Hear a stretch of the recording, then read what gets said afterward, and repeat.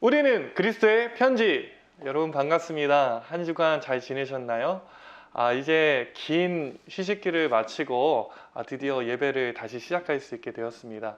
다음 주 부활주일 예배부터는 기존대로 우리 본당에서 우리 청년 예배를 다시 드릴 수 있게 되었습니다. 박수. 한 가지 이제 변경된 사항은 시간인데요.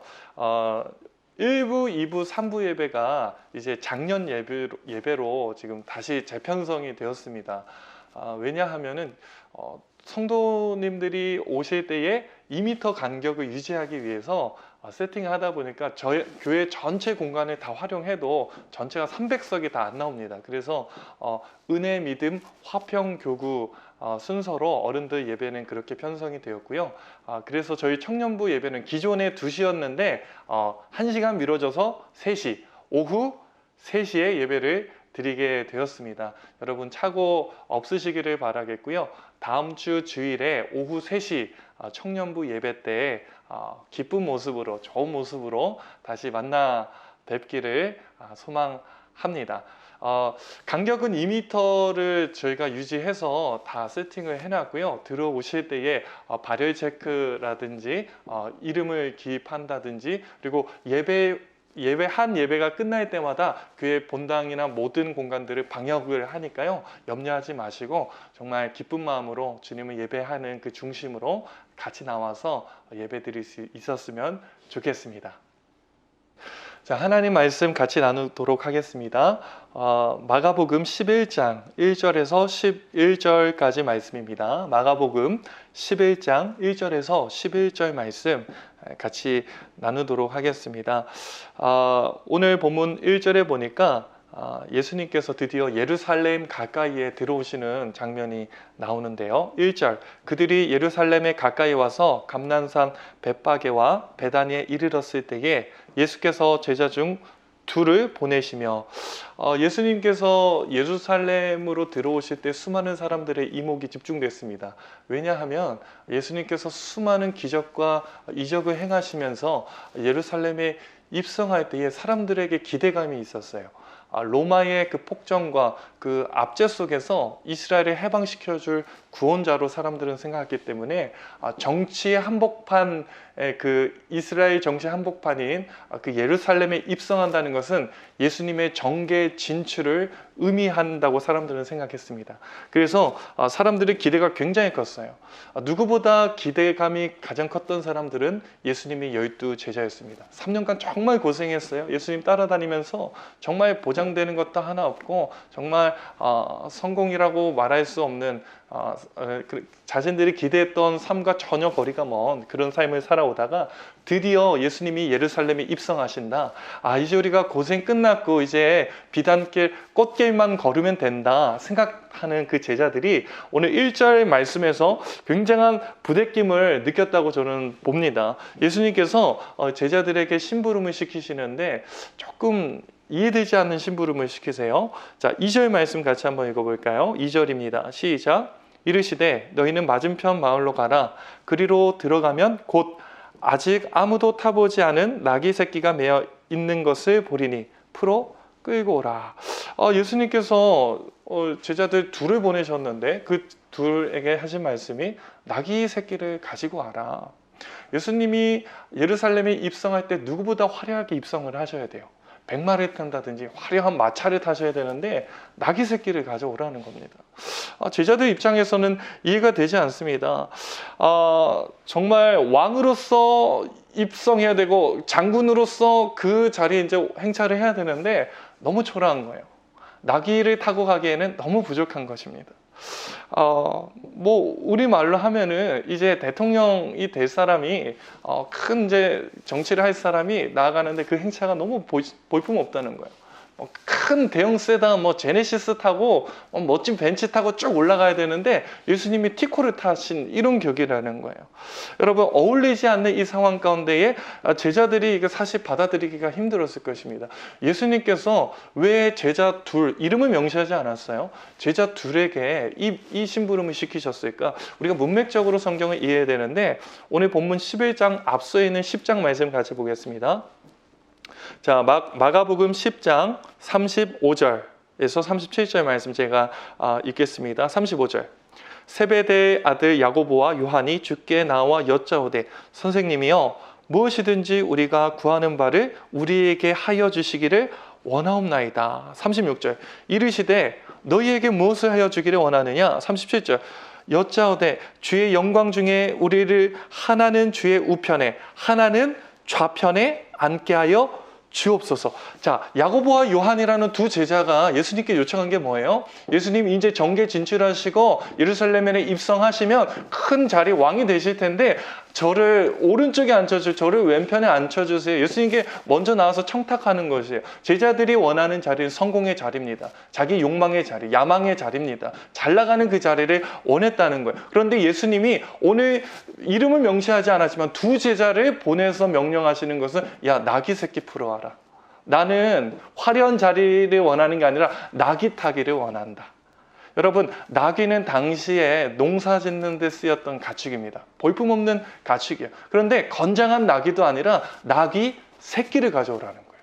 너무 초라한, 정말 사람들이 눈여겨보지 않는 그 가축을 예수님은 그것 하시기를 원한다는 거예요.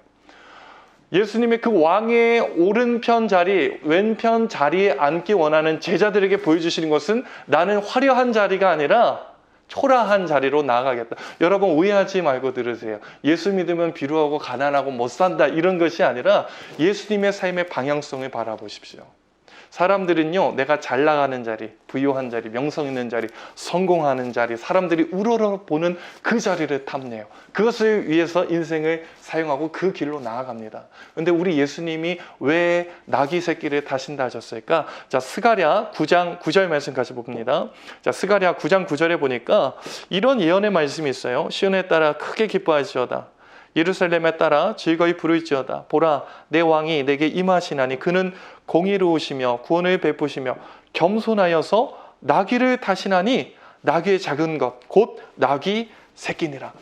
예수님의 관심은요, 화려함에 있지 않았습니다. 명성이나 인기에 있지 않았어요. 하나님의 말씀을 이루어가는 것에 예수님의 삶의 방향성이 있었다는 것입니다. 우리 한번 따라해 보겠습니다. 내 삶의 방향성을 점검합시다. 다시 한번요. 내 삶의 방향성을 점검합시다.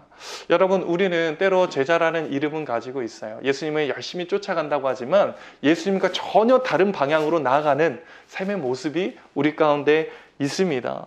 예수님은요, 성공의 자리로 나아가시지 않았어요. 예수님은 하나님의 말씀하시는 그 삶의 방향으로 하나님의 뜻을 향하여 나아갔습니다. 성경은 우리에게 분명히 말씀합니다. 먼저 그의 나라와 그의 의를 구하라. 먼저 그의 나라와 그의 의를 구하라. 하지만 우리는 하나님의 뜻을 행한다는 명분은 있어요. 예수님을 따라간다는 명분은 있지만 정작 그 깊은 그 한꺼풀을 벗겨내고 보면은 그 속에는 나의 영광과 내 성공을 위해서 나아가는 모습이 있다는 것입니다. 여러분, 오늘 본문 말씀에 예수님의 모습을 보십시오. 7절 말씀 봅니다. 7절에 보니까, 본문 7절 보니까 나귀 새끼를 예수께로 끌고 와서 자기들의 겉옷을 그 위에 얹어 놓음에 예수께서 타시니 제자들이 목격했어요. 우리 예수님이 어떤 화려한 멋진 그런 말을 타는가, 이거 주목했을 텐데, 왜냐하면 그것이 곧 내가 받을 그 수혜고 혜택이다 바라봤는데 너무 초라한 보잘것없는 나귀를 타셨다는 거예요. 여러분, 우리가 예수 믿으면 내 삶에 내가 원하는 것들이 이루어지고 잘 되어지고 성공하고 번영하고 축복을 받고 무병장수하고 막 길이 열려지고 그런 것들을 우리가 기대합니다. 근데 오늘 성경은, 오늘 본문은 그러한 가르침을 철저하게 깨부시는, 정말 사실 어떻게 보면 납득되지 않는 그런 이야기일 수 있어요. 오늘 본문의 결론 부분이 11절 말씀 봅시다. 11절 말씀 제가 읽습니다. 예수께서 예루살렘에 이르러 성전에 들어가사 모든 것을 둘러보시고 때가 이미 저물매 12 제자를 데리시고 베다니에 나가시니라. 여러분, 이해가 되지 않는 구절 아닙니까? 예루살렘에 입성했습니다.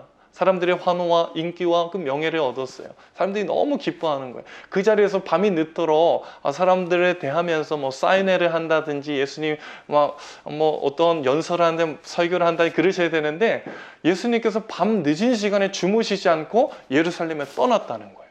베다니로 가셨다는 거예요. 보통 사람들은 예루살렘이 목적입니다. 내가 저기만 들어간다면 내가 이제 이곳에 가지 않는다. 사람들이 나를 우러러보고 나를 참 부러워하고 나를 좋아하고 그 자리로 우리는 향하기를 원합니다. 대부분의 사람들, 제자들의 모습조차도 예루살렘이 목적이었어요. 그런데 우리 주님은 예루살렘이 목적이 아닙니다. 그곳에 떠나셨다는 거예요. 누구를 데리고 떠났습니까? 12 제자들을 데리고 떠나셨다는 거예요. 사랑하는 여러분, 제자들에게 예수님이 보여주신 교훈이 무엇입니까? 어떤 메시지를 제자들에게 보여주고 싶었을까요? 왕의 우편 좌편에 앉기 원하는 제자들에게 예수님은 낙이 새끼 위에 앉는 모습을 보여주셨어요. 여러분, 예루살렘에 들어가서 성공과 번영과 안정됨을 추구하던 그 제자들에게 예수님은 예루살렘을 떠나는 모습을 보여주셨습니다. 사랑하는 여러분, 삶의 목적이 어디에 있어야 합니까? 내가 제자이지만 나의 영광을 위해서 살아가고 있지는 않습니까? 제가 목사이지만, 목회자로 부름받았지만 때로는 예수님이 따라간다고 말하면서 나도 모르게 예루살렘 나를 환호하고 내게 반응하는 그런 인기의 자리, 그런 부유한 자리로 나아가는 모습이 제 안에도 있을 수 있다는 거예요.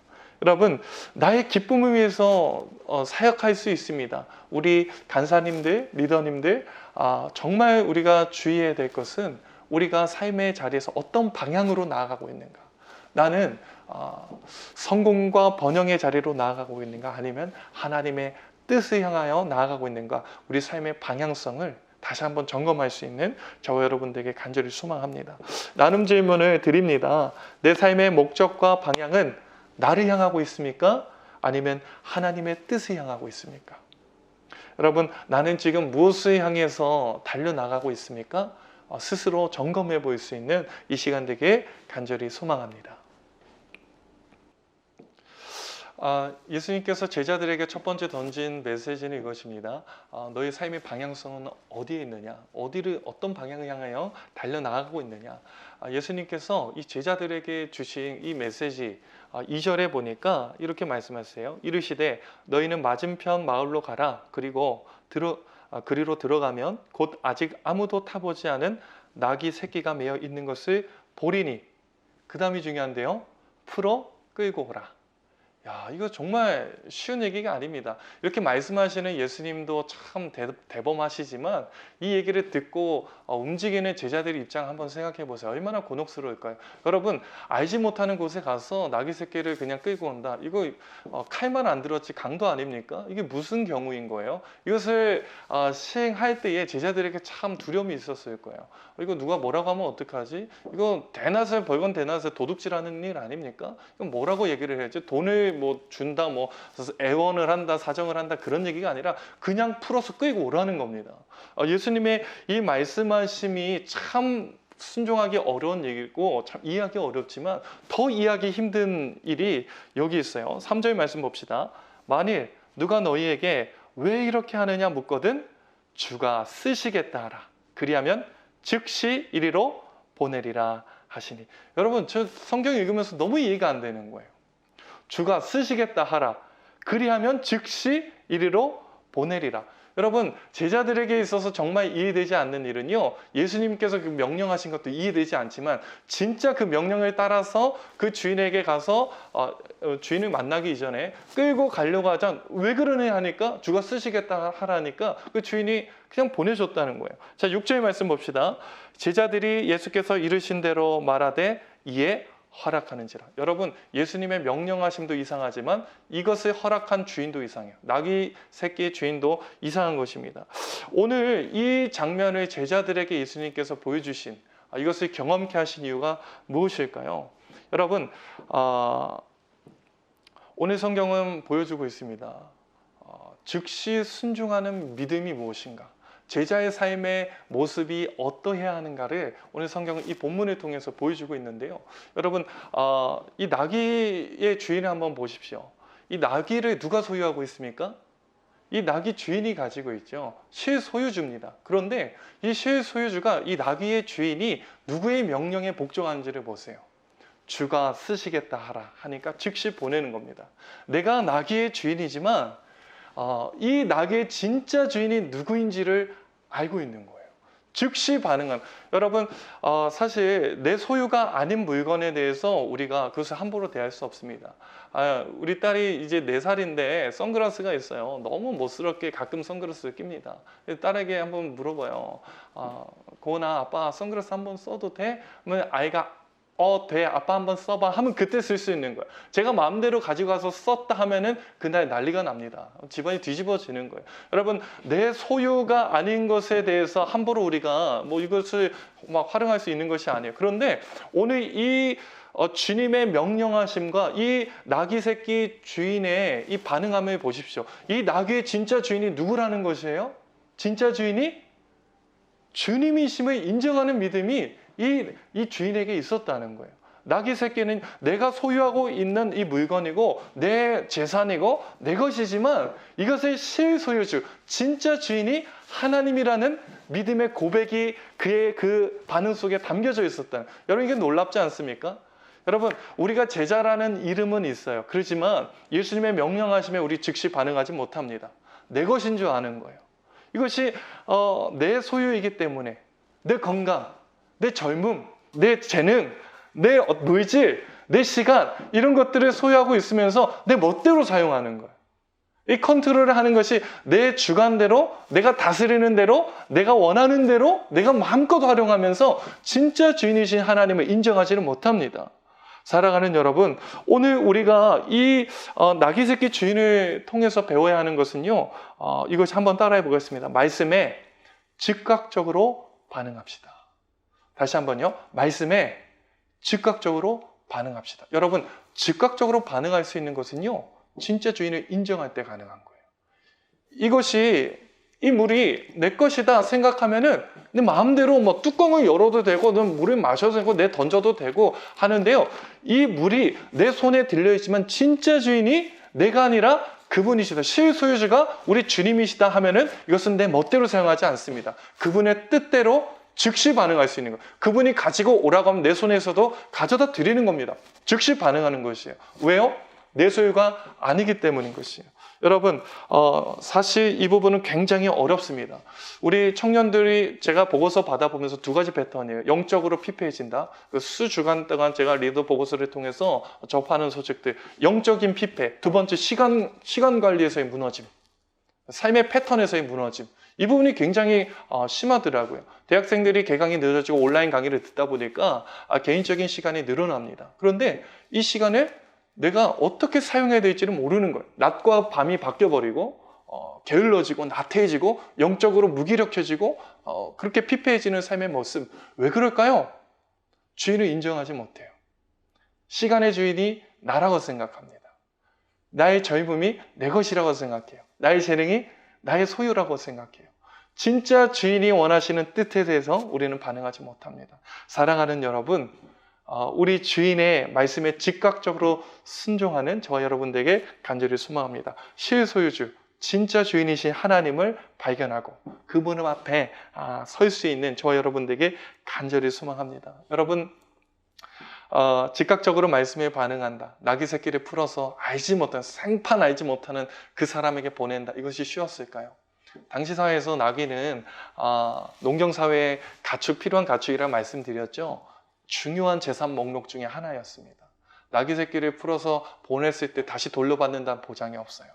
여러분, 하나님의 말씀에 즉각적으로 반응하고 순종할 때에 우리가 경제적인 손해를 볼 수 있습니다. 우리의 시간적인 여유가 사라질 수 있어요. 때로는 남들보다 우리가 더 피곤하게 살아갈 수 있습니다. 그럼에도 성경에서 지금 요구하는 바가 무엇입니까? 제자들을 놓고 나귀 새끼 주인을 이렇게 놓고 2 대상을 비교하는 거예요.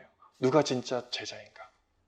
하나님의 말씀에 즉각적으로 순종하고 반응하는 이 나귀 새끼의 그 주인의 그 모습을 보여주면서 이름만 제자인 이 제자들과 즉각적인 순종을 보이는 믿음의 사람을 대조하면서 누가 진짜 제자인가를 묻고 있습니다. 여러분, 우리는 하나님의 말씀 때문에, 하나님의 뜻하심 때문에 얼만큼 우리는 삶의 자리에서 손해보고 있습니까? 그 말씀 앞에 반응하고 즉각적으로 움직이고 순종함으로 우리가 어떠한 삶의 어려움을 겪고 있습니까? 우리 성경은 누가 진짜 제자인가 다시 한번 우리에게 보여주고 있는 것이에요. 사랑하는 여러분, 즉각적으로 반응한다. 하나님의 말씀에 즉각적으로 반응하고 움직인다 하는 것은 참으로 어려운 일입니다. 보여지는 상황이나 환경에 따라 내 기분과 컨디션에 따라 반응하는 것은 너무나도 쉬워요.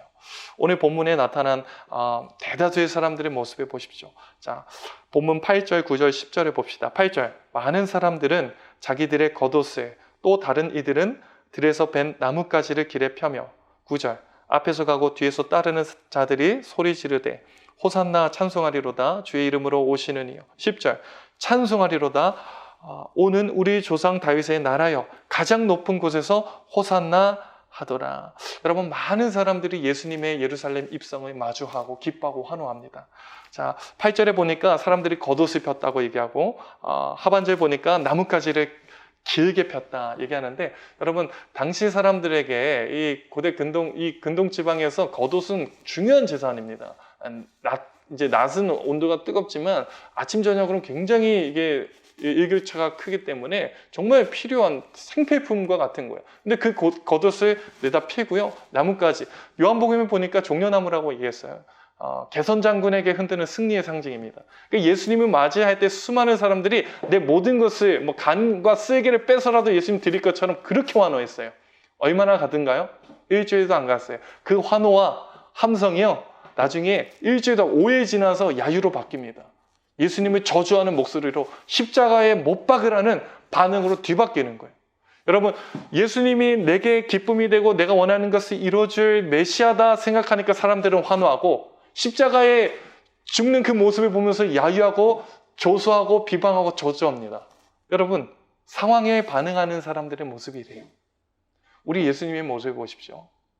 예루살렘으로 입성하는 그 자리 쭉 올라가시면서 나귀 새끼 타고 올라가시면서 사람들이 환호를 하든 비방을 하든 노래를 부르든 춤을 추든 옷을 벗든 아무 요동치 않아요. 동요치 않습니다. 하나님의 뜻을 향해서 그냥 오롯이 올라가시는 거예요. 흔들림 없이 올라가는 겁니다. 상황에 즉각적으로 반응하지 않습니다. 사람들의 반응에 즉각적으로 흔들리지 않습니다. 하나님 말씀에 주목하고 하나님의 뜻에 주목해서 그 길로 올라가시는 거예요. 꾸준히 올라가시는 겁니다. 한결같이 올라가는 것입니다. 사랑하는 여러분, 우리는 상황에 즉각적으로 반응하는 사람들이 아닙니다. 우리는 어떤 분위기에 동요되는 사람들이 아닙니다. 우리는 뭐에 즉각적으로 반응하는 사람들입니까?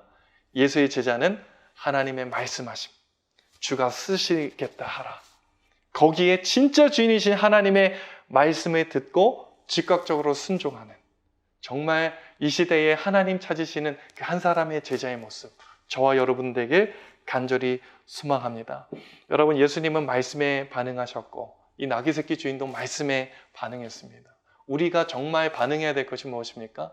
하나님의 말씀을 내 삶의 자리에서 들음으로 그 말씀에 진실하고 신실하게 반응할 수 있는 우리 사랑하는 청년들 되길 간절히 소망합니다. 여러분, 돌아오는 이제 주는 고난주간이에요.